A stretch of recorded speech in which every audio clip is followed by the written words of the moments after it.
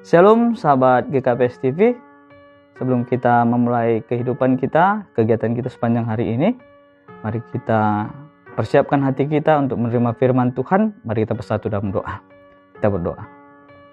Terima kasih Tuhan buat penyertaan-Mu dalam kehidupan kami hingga pada saat ini, di mana Engkau memberikan kekuatan, kesehatan kepada kami. Dan sebentar lagi kami akan melakukan segala aktivitas kami. Ya Bapa, pada saat ini kami akan mendengarkan firman-Mu yang mengingatkan kami untuk kami menyadari keberadaan kami sebagai orang yang percaya kepada Tuhan. Oleh sebab itu Tuhan berfirman-Lah, dalam Kristus Yesus kami berdoa. Amin. Sahabat GKPS TV, firman Tuhan yang menjadi perenungan kita buat pada saat ini diambil dari Yehezkiel pasal 11 ayat yang ke-19. Demikian firman Tuhan. Aku akan memberikan mereka hati yang lain dan roh yang baru di dalam batin mereka. Juga aku akan menjauhkan dari tubuh mereka hati yang keras dan memberikan mereka hati yang taat. Saudara-saudara yang dikasihi Tuhan, firman Tuhan pada saat ini adalah janji keselamatan yang dinyatakan oleh Allah kepada bangsa Israel melalui Yehezkiel, di mana pada saat itu kehidupan bangsa Israel mereka bergumul karena situasi pembuangan yang harus mereka hadapi pada saat itu. Meskipun memang kejatuhan bangsa Israel ke dalam pembuangan itu disebabkan oleh kehidupan bangsa itu yang sudah tidak lagi menjadi bangsa yang takut akan Tuhan, atau dengan kata lain, perbuatan mereka yang tidak lagi menyatakan akan keberadaan mereka sebagai bangsa yang dipilih ataupun bangsa yang percaya kepada Tuhan. Tapi Bapak Ibu Saudara-saudara yang dikasihi Tuhan, ketika bangsa Israel di dalam situasi pembuangan, Allah tidak meninggalkan mereka. Walaupun begitu luar biasa kehidupan bangsa itu yang tidak lagi takut akan Tuhan, yang tidak lagi percaya akan Tuhan, tapi Allah tetap menyatakan kasih-Nya kepada bangsa Israel pada saat itu. Di mana ketika kita melihat di dalam kitab Yehezkiel pasal yang ke-11 ini, teks kita pada saat ini merupakan janji tentang pembaharuan Israel. Bapak Ibu Saudara-saudara yang dikasihi Tuhan, ketika kita melihat di dalam pasalnya yang ke-19, ada pernyataan Allah kepada bangsa Israel pada saat itu, Allah akan memulihkan kehidupan mereka. Yang bahkan Allah akan mengubah hati mereka, yang sebelumnya mereka keras, yang tidak mau menerima apa yang dinyatakan oleh Allah melalui para nabi-nabinya pada saat itu. Tapi Allah akan mengubah sendiri kehidupan bangsanya. Di mana dikatakan di dalam ayat yang ke-19, aku akan memberikan mereka hati yang lain dan roh yang baru di dalam batin mereka. Juga aku akan menjauhkan dari tubuh mereka hati yang keras dan memberikan mereka hati yang taat. Allah yang akan mengubah sendiri. Bapak Ibu Saudara-saudara yang dikasihi Tuhan, hati merupakan faktor penting yang sangat menentukan kualitas hubungan kita dengan Tuhan. Bagaimana hati kita akan sangat menentukan dan menunjukkan seperti apa kehidupan kita. Makanya sering sekali kita mendengar, jagalah hatimu, karena hatimu itu akan menentukan bagaimana kualitas hidupmu.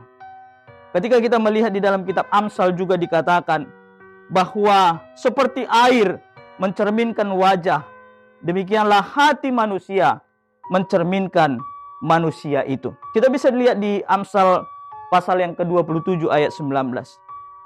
Sebagaimana air menentukan wajah kita saat kita memandang dari atas, seperti itu pula hati mencerminkan diri atau hidup seseorang.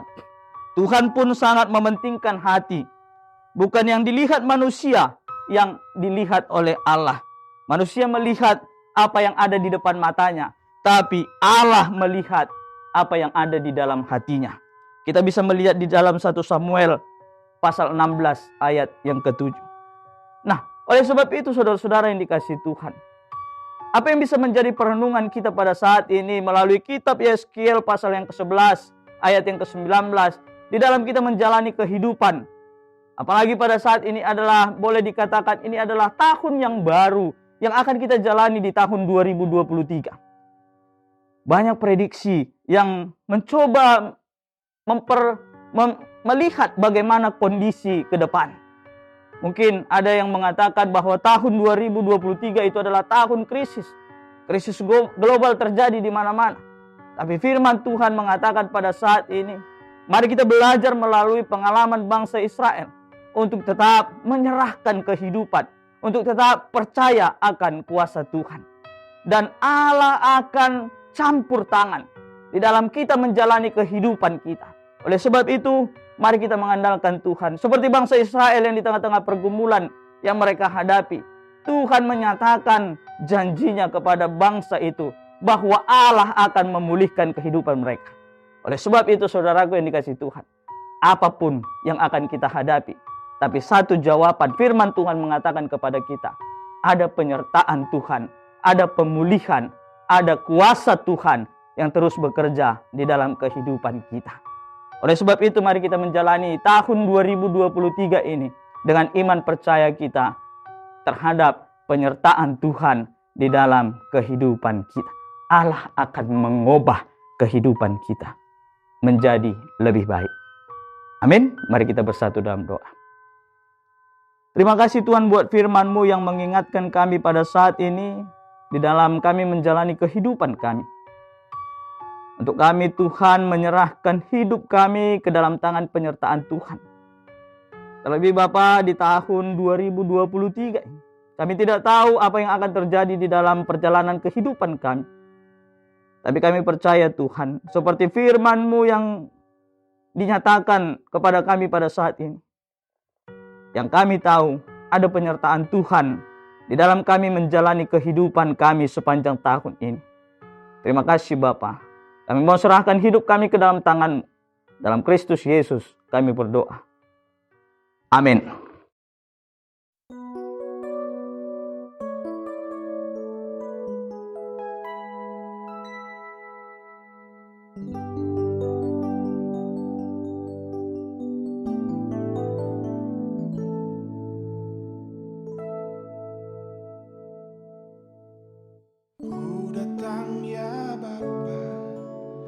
Dalam kerinduan memandang keindahan-Mu,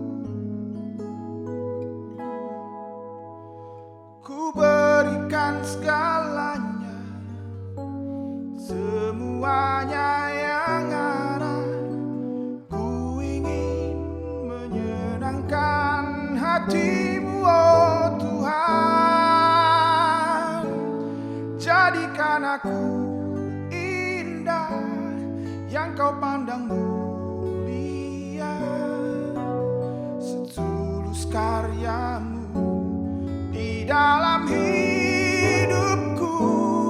Ajarku berharap hanya kepadamu, taat dan setia kepadamu Tuhan. Jadikan aku indah yang Kau pandang mulia, setulus karya-Mu di dalam hidupku. Ajarku berharap hanya kepadamu, taat dan setia kepada